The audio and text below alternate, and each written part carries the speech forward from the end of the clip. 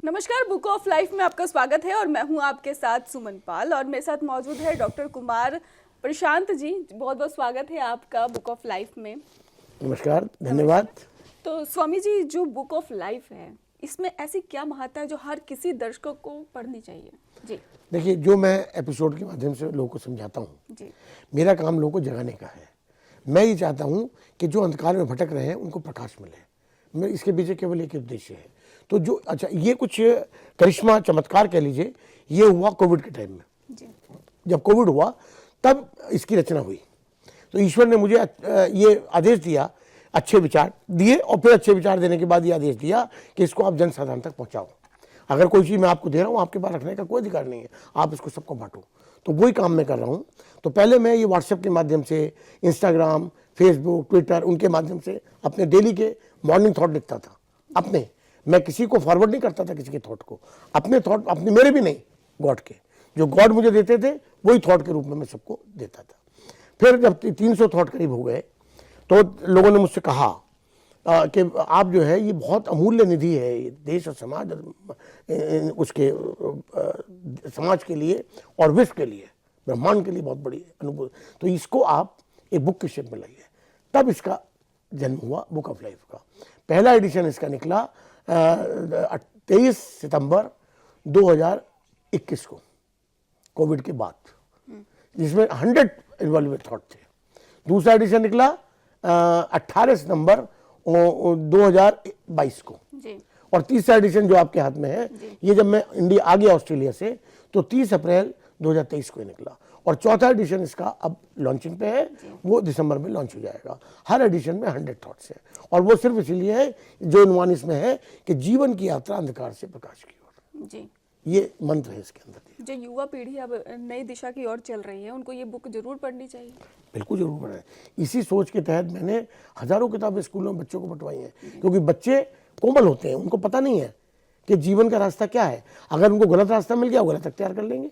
तो उनको सच्चा रास्ता दिखाने के लिए मैंने किताबें बंटवाई, जिससे कि उनको पढ़ें और उनको जीवन का सच्चे रास्ते ज्ञान हो, और वो सही पथ पे चलें, उन्नति भी पहुंचे, और देश भी हमारा ऊपर उठे। जी, दर्शकों का सबसे बड़ा एक क्वेश्चन रहता है कि स्वामी दयानंद जो हैं वो क्या उद्देश्य उनका रहता है, क्या मकसद रहता है, और उनकी जो वाणियां होती हैं उसके बारे में विचार रखें।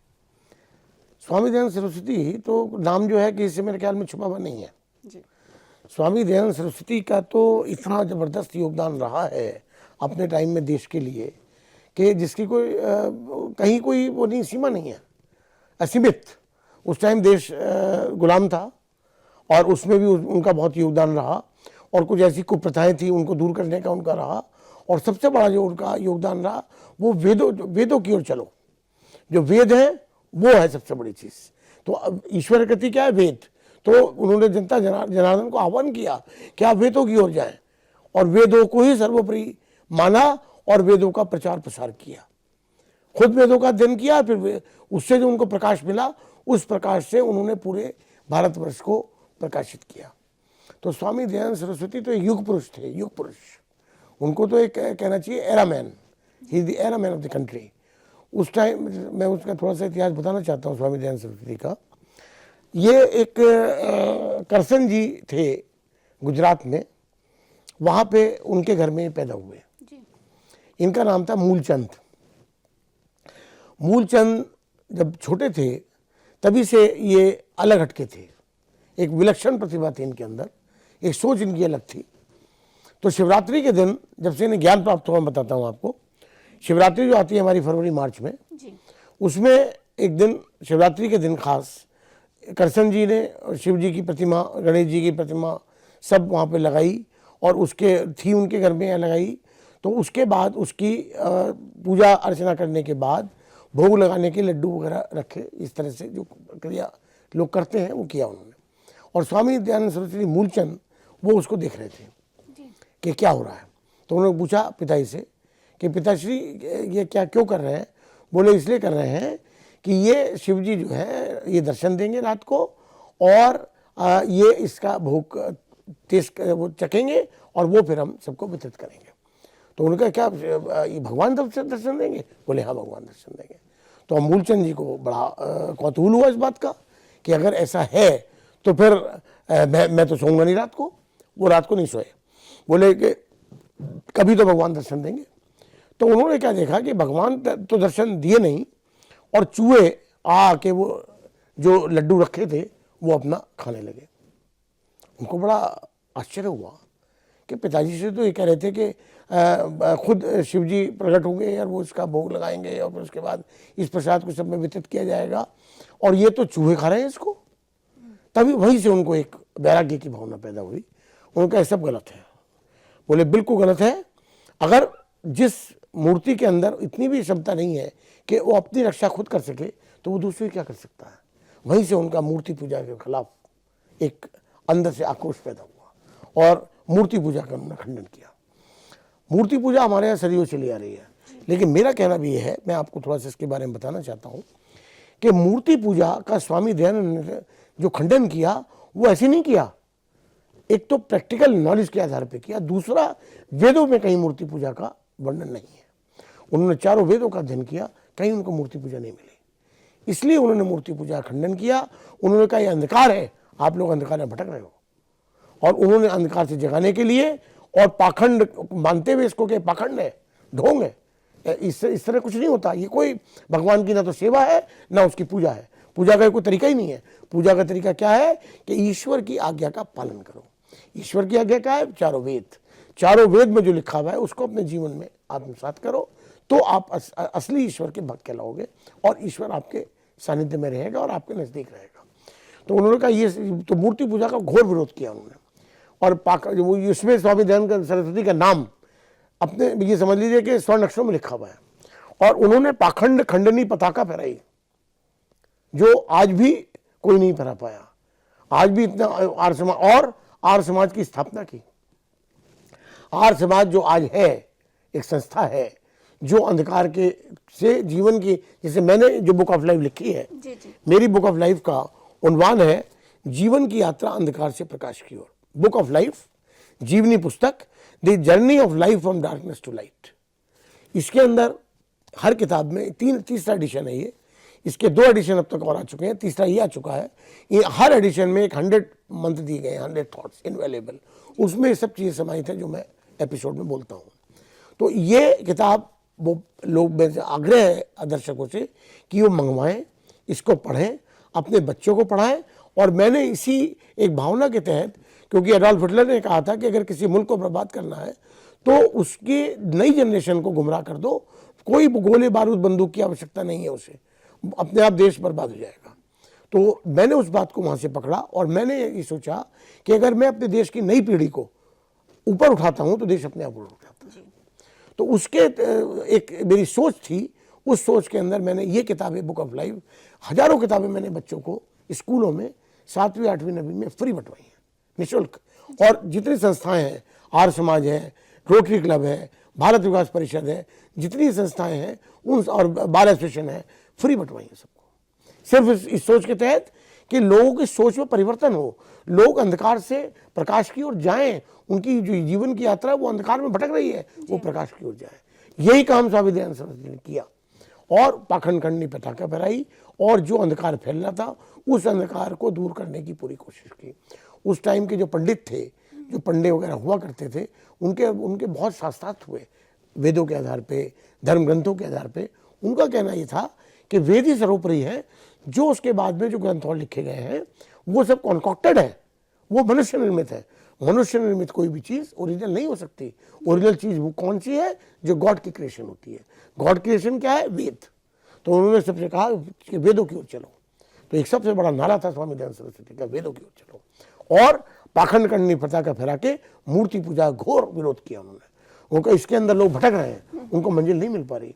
मेरा भी कहना यह है कि सबसे बड़ी बात ये देखो आप कि ईश्वर के बनाए हुए जो पुतले हैं उनको तो हम तिरस्कार कर रहे हैं, अपमान कर रहे हैं उनका, उनके खिलाफ जलन, झूठ, मक्कारी, धोखा फरेब कर रहे हैं। और जो इंसान के बनाए हुए पुतले हैं, मूर्ति है, उनको हम मंदिर में स्थापित करके उनकी पूजा कर रहे हैं। तो ईश्वर तो बहुत नाराज है, क्रोध है कि मेरी जो रचना है उसकी तो ये इज्जत है, और जो मनुष्य की अपनी कृति है, मूर्ति जो बना के रखी है उसने, उसकी रचना है और उसकी आरती गाई जा रही है। तो ये गलत है, ये बिल्कुल गलत है। तो वो बहुत नाराज है ईश्वर। यही स्वामी दयानंद सरस्वती ने कहा कि उसकी बनाए पुतले कौन है? मनुष्य, इंसान। अब आप बताइए, इंसान का कितना ख्याल रखता है? नहीं रखता ना। लेकिन इंसान मूर्तियों का, इंसान बनाई हुई जो मूर्ति है उनको कितना ख्याल रखता है? उनकी सुबह शाम आरती गाता है, मंदिरों के चक्कर काटता है, वो भी किसी प्रेमवश नहीं, ईश्वर से प्यार किसी को नहीं है, वो अपने स्वार्थवश के मैं मंदिर जाऊंगा तो ईश्वरी कृपा मुझे मिलेगी, मैं मूर्ति की पूजा करूंगा, आरती गाऊंगा तो मुझे ईश्वरी कृपा मिलेगी और मेरा जीवन अच्छा चलेगा, सफल होगा। लेकिन ये सब भ्रम है, ये सिर्फ फॉल्स सेल्फ सेटिस्फेक्शन है। कोई मूर्ति की पूजा करने से, मूर्ति की आरती गाने से कोई जीवन आपका अच्छा नहीं बनता, कोई ईश्वर आपसे प्रसन्न नहीं होता। ईश्वर प्रसन्न होता है तब जब आप ईश्वर की आज्ञा का पालन करें। राम, जैसे मैंने अभी किसी एपिसोड में कहा था कि राम की आरती गाने से कुछ नहीं मिलता, राम की मूर्ति के सामने पुष्प अर्पित करने से कुछ नहीं मिलता। क्या है कि राम के जो आदर्श है, राम की जो आज्ञा है, उसको अपने जीवन में उतारो, अपने जीवन में आत्मसात करो, अडॉप्ट करो, तभी आपको कुछ मिल सकता है। तो यही बात आज स्वामी दयानंद सरस्वती ने की। और वो ऐसा था, जब उनके मन में वैराग्य हुआ तो उनके पिताजी ने, वो कहानी अधूरी रह गई थी, उनके पिताजी करसन जी ने उनके विवाह करने की ठानी कि यार ये तो जो है बच्चा वैरागी होता जा रहा है, तो इसका विवाह कर दो, ठीक हो जाएगा। जब उनको पता लगा कि मेरे विवाह की रचना की जा रही है तो उन्होंने रातों रात घर छोड़ दिया, भाग गए घर से। और मूलचंद घर से भाग के जगह जगह दर मंदिर तीर्थ स्थान पता नहीं कहाँ कहाँ भटके। लेकिन मथुरा में गए तो मथुरा में स्वामी विरजानंद थे, जो एक बड़े महान योगी थे, महर्षि थे। तो उन पता लगा कि भाई ये जीवन का सही रास्ता ज्ञान देने वाले हैं। तो वो विरजानंद जी के आश्रम में पहुंचे, उन्होंने दरवाजे को नॉक किया। जब दरवाजे को नॉक किया, स्वामी विरजानंद जी अंदर से बोले, कौन है? तो बोले, यही तो मालूम करने आया हूं कि मैं कौन हूं। उन्होंने नहीं कहा मैं मूलचंद हूं, उन्होंने कहा यही तो मालूम करने आया हूं कि मैं कौन हूं। इससे उसकी जो विशेषता थी विचारों की, उसका जो एक विलक्षण प्रतिभा थी, उसका एहसास उनको वहीं बैठे बैठे हो गया। वो अंधे थे, वो देख नहीं सकते थे, स्वामी विरजानंद अंधे थे। तो उन्हें लगा कि आज वो शिष्य मेरा आया है जिसको मुझे वर्षों तलाश थी, वर्षों से मैं तलाश कर रहा था, वो शिष्य मुझे आज मिला है। क्योंकि वो कहता है कि यही तो मालूम करने आया हूं कि मैं कौन हूं। उन्होंने उसको बुलाया, उसको दीक्षा दी, ज्ञान दिया, तब उनको ज्ञान की प्राप्ति हुई और वो मूलचंद से स्वामी दयानंद सरस्वती बने। और उसके बाद उनकी तो कितनी योगदान है जिसकी कोई लिमिट ही नहीं है। उस टाइम चूंकि मुगलों का शासन हुआ था, तो मुगल जो थे वो हमारी जो लेडीज थी उनको उठा लेते थे, और जो शासक थे वो ऐसे थे, और उठा के उनसे रेप वगैरह करके उनको मरवा देते थे। इस तरह की जो प्रक्रिया चलती थी। तो हमारे यहाँ दो प्रथाएं डेवलप हुई उनसे बचने के लिए, एक तो बाल विवाह प्रथा और एक सती प्रथा। बाल विवाह प्रथा में की सोच ये थी माता पिता की कि जब बच्ची हमारी जवानी नहीं होगी, उससे पहले ही हम उसकी शादी कर देंगे तो ये चक्कर ही खत्म हो जाएगा, हम सेफ हो जाएंगे। और सती प्रथा वो इसलिए हुई कि जो जवानी में विधवा हो जाती थी उनके ऊपर उनकी नज़र गलत पड़ती थी और वो उनको उठा लिया जाता था। तो उन्होंने कहा जब ये रहेगी नहीं तो इसको सती कर दो, जला दो। ये दो कुप्रथाएं उस समय बहुत ज़्यादा थी। और एक छुआछूत की थी, जो जिनको शूद्र माना जाता था, जिनको तो उनको तो ये भी अधिकार नहीं था कि वो आपके घर के अंदर आ जाए, आप ही कोई चीज़ छू ले। इतनी ज़बरदस्त छुआछूत थी। उनको मंदिरों में आने की परमिशन नहीं थी, मतलब उनको बिल्कुल निकृष्ट को का इंसान समझा नहीं जाता था। तो उनका ये गलत है, ये ईश्वर की रचना है, इसके साथ अत्याचार करना बहुत गलत है। तो उन्होंने ये तीनों कुप्रथाओं को, बाल विवाह को दूर करने की पूरी कोशिश की, सती प्रथा को दूर किया और ये छुआछूत को दूर किया। ये उनके ज़माने के अपने बहुत बड़े योगदान रहे।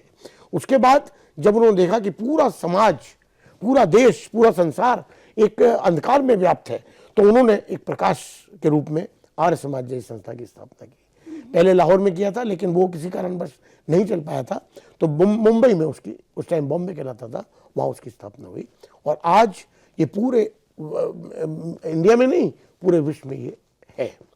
लेकिन एक थोड़ी सी जो हमारे स्वामी दयानंद सरस्वती की एक सोच थी, अंधकार से प्रकाश की ओर लाना, वेदों की ओर जाना, उससे भी हमारे आर्य समाज के लोग भटक गए। अब वहाँ भी क्या, वहाँ भी राजनीति और ये सब चीज़ें चलने लगी। हालांकि होता है, वेदों का प्रचार प्रसार होता है, लेकिन वो आम जनता को अपने साथ जोड़ने में असफल हो गए। और जब आदमी एक आम जनता को अपने साथ नहीं जोड़ पाएगा तो वो एक अकेला रह जाएगा, और वो स्थिति आजकल आर्य समाज की हो गई। स्वामी दयानंद सरस्वती चाहते थे कि आर्य समाज, आर्य कोई धर्म नहीं है, लोगों की गलतफहमी है कि सनातन अलग है, आर्य समाज अलग है। मैं उसे क्लियर करना चाहता हूं, सनातन माने पुराना, प्राचीन, और वो जो अनश्वर है, अनादि अनंत है, जो ना कभी पैदा हुआ ना, वो है सनातन। और आर्य समाज श्रेष्ठ जनों का एक समूह, उसको आर्य माने श्रेष्ठ, समाज माने एक समूह। तो जो श्रेष्ठ जन कौन थे? जो वेदों को पढ़ते थे, जो वैदिक धर्म को अपनाते थे, वो श्रेष्ठ जन माने गए और आर्य समाज की स्थापना की गई। कोई धर्म नहीं है। मेरा कहना क्या है कि सनातन धर्म कह लो या वैदिक धर्म कह लो, बात एक ही है, क्योंकि वेद सबसे प्राचीन थे, वेद अमर है, वेद ना कभी उत्पत्ति हुई ना कभी नष्ट होंगे, वेद सर्वोपरि है। तो इसलिए वैदिक धर्म ही सनातन धर्म है। तो आज लोग गलत समझने लगे कि आर्य समाज एक धर्म हो गया। आर्य समाज कोई धर्म नहीं है। स्वामी दयानंद सरस्वती ने जो उसकी स्थापना की, उसके तहत उनकी ये सोच थी कि ऐसे श्रेष्ठ लोग इसके अंदर आए जो वेदों की ओर जाएं। तो आप देखो ना कितनी क्लैरिटी थी। लेकिन लोगों ने क्या समझा कि ये तो मूर्ति पूजा खंडन करते हैं और इनका तो ये तो धर्म अलग हो गया और हमारे से कोई मतलब नहीं है। और आजकल जो आर्य समाज है वो आम जनता को जोड़ने में असफल है। जो आर्य समाजी है, सभाएं होती हैं, जो बड़ी बड़ी सभाएं, उसमें तो आ जाते हैं लोग बाग, लेकिन जो साप्ताहिक वगैरह सभाएं होती है, 2-4 लोग दिखाई देते हैं, होता ही नहीं है, क्योंकि वो आम जनता तक पहुंच नहीं पा रहे। मेरा कहना क्या है, अगर स्वामी दयानंद सरस्वती को हम लेके चलें और जो उनका इतिहास रहा और जो उनकी इच्छा रही, जो उनके कर्म रहे, अगर हम उसको अपने जीवन में अडॉप्ट करें और ये करें। अब पाखंड करनी कौन पर आता है? मैं कहता हूं आज आर्य समाज में कितने लोग जाते हैं, लेकिन किसी ने भी आज तक मूर्ति पूजा का विरोध नहीं किया, जबकि स्वामी दयानंद सरस्वती का मुख्य उद्देश्य मूर्ति पूजा का विरोध था। नहीं किया किसी ने। और बल्कि आर्य समाज वाले बहुत से आने वाले वो खुद मंदिर जाते हैं, मूर्ति पूजा करते हैं। तो जो आदमी खुद ही क्लियर नहीं है कंसेप्ट में, तो वो दूसरों को क्या रास्ता दिखाएगा? तो उसके लिए पहले स्वामी दयानंद सरस्वती के योगदान को उसको आप समझो और वेदों की ओर जाओ, और जो वेदों में लिखा है उसे अपने जीवन में आत्मसात करो, तो आप अपने आप ही श्रेष्ठ समाज में आओगे। तो आर्य समाज कोई धर्म नहीं है। स्वामी दयानंद ने कोई धर्म की स्थापना नहीं की, उन्होंने केवल वैदिक धर्म जो लुप्त हो चुका था उसको दोबारा से प्रकाशित किया। तो ये बहुत बड़ा योगदान है स्वामी दयानंद से, वो युग पुरुष है। उनके बाद कोई ऐसा पैदा नहीं हुआ। हुए स्वामी सदानंद हुए और कई स्वामी हुए, लेकिन उन्होंने काम भी बहुत किया, ऐसी बात नहीं है, लेकिन फिर भी हम आर्य समाज के थ्रू वो काम कर नहीं पाए समाज में जो हमें स्वामी दयानंद करना चाहिए था। बिल्कुल, आप बिल्कुल सही कह रहे हैं। और बुक ऑफ लाइफ में आपके आने का बहुत बहुत धन्यवाद, और दर्शकों को सही मार्गदर्शन देने के लिए भी आपका बहुत बहुत धन्यवाद। नमस्कार।